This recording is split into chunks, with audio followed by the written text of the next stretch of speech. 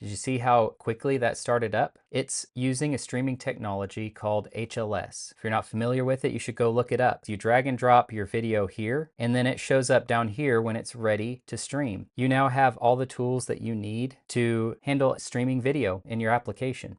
Hello, and welcome back to Rails Quest. Today, we're going to talk about the learning platform again. I know I've dug into some of the technical details and I've shown you around the application. And today, it's going to be more on the technical side. It's going to be sort of a show and tell of how to add streaming video to your Rails application in the most minimal, bare bones, stupid simple way possible, while still maintaining a lot of control over the content and how it's presented. So let's dig into it. If I go to this first lesson, you'll see all the things we should be familiar with from the other videos. You can check them out. I've got an interactive code editor here and you can run the tests in your browser, but this is what we're going to focus on right now. Hello, and welcome to the Rails Quest Ruby Kata course.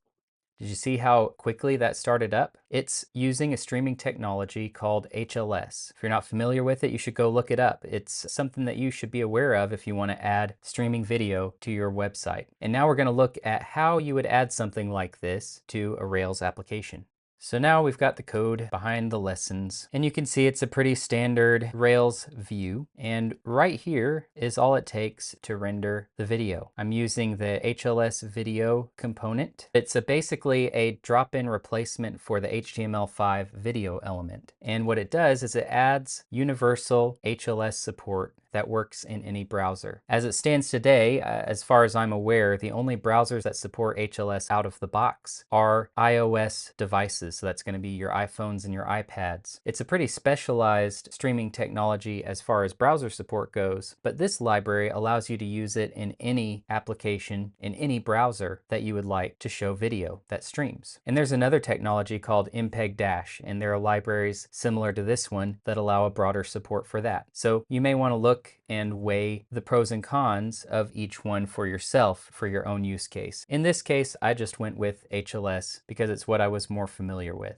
And this is all the code that you need in the view to show the video. Very basic. It uses the same attributes that you're familiar with from HTML5 video elements. So you've got controls to show the controls here. Very simple, volume and play, playback, full screen, all that stuff. And then you just set a URL as the source, and that URL is going to point to an M3U8, which is a file that specifies the contents of the stream. So it has all the references to the different chunks of the video so that the browser can put it back together. So this model is starting to gather a few more responsibilities than I would like it to have, but it's still pretty manageable. This is not necessarily the final state or how I would recommend that you do it, but today what we have in this application is the M3U8 URL is stored on the lesson. Doesn't get any simpler than that really. And I just do a little bit of formatting to make sure that it's a valid URI so you don't shoot yourself in the foot that way, but that's all it is. And I'm going to show you the schema just to show you there's no magic here. It's just a string field with a validation. And then you saw in the view that I'm just verifying that we have that video present, and I pass it in as the source to the video. So that's all there is to it on the Rails side. I could show you the form, but it's just as simple as this. It's just a string input that allows you to put the URL of your choice in there. So what URL do you put in there? Well, that's really up to you. You can put any kind of M3U8 source into that URL. You can host it yourself, or you can use a service. The pros and cons of weighing that out, maybe you can think of some more yourself, but what it basically boils down to is when you host your own, you need to worry about the encoding format and what bit rates and what resolutions you're going to support. And you need to code your encoder or set up some software to encode the stream to support all the different formats that you would like to support in the stream. If you use a service, you're probably going to end up paying, unless it's a public service like YouTube. You're probably going to end up paying or giving up some control to the provider. I found a solution that's not free, but I think it's a pretty decent compromise for my situation because it handles encoding. I don't have to think about that at all. I just upload a video and then it gives me an HLS stream that I can use anywhere. So let's take a look at at that solution. I landed on Cloudflare's streaming service, and it doesn't get much simpler than this. You drag and drop your video here, and then it shows up down here when it's ready to stream. So once you've uploaded your video, it shows up down here as a processed video output. And then you can go inside. You can choose an embedded player that they have, so you don't even need any dependencies on your side. It was a choice of mine to add the HLS video element to my application because I wanted it to be simple to just drop the HLS stream URL right in there, and the application can handle and micromanage exactly how it's rendered. But if you don't even want to deal with adding any dependencies to your app, or you want to keep it super flexible so that you could embed a YouTube video or a Cloudflare video or video hosted anywhere, such as maybe Vimeo or something else, you can do that too. You can handle just a text field with your iframe and drop that into the view. It is totally up to you. But here on this first page, you can get the URLs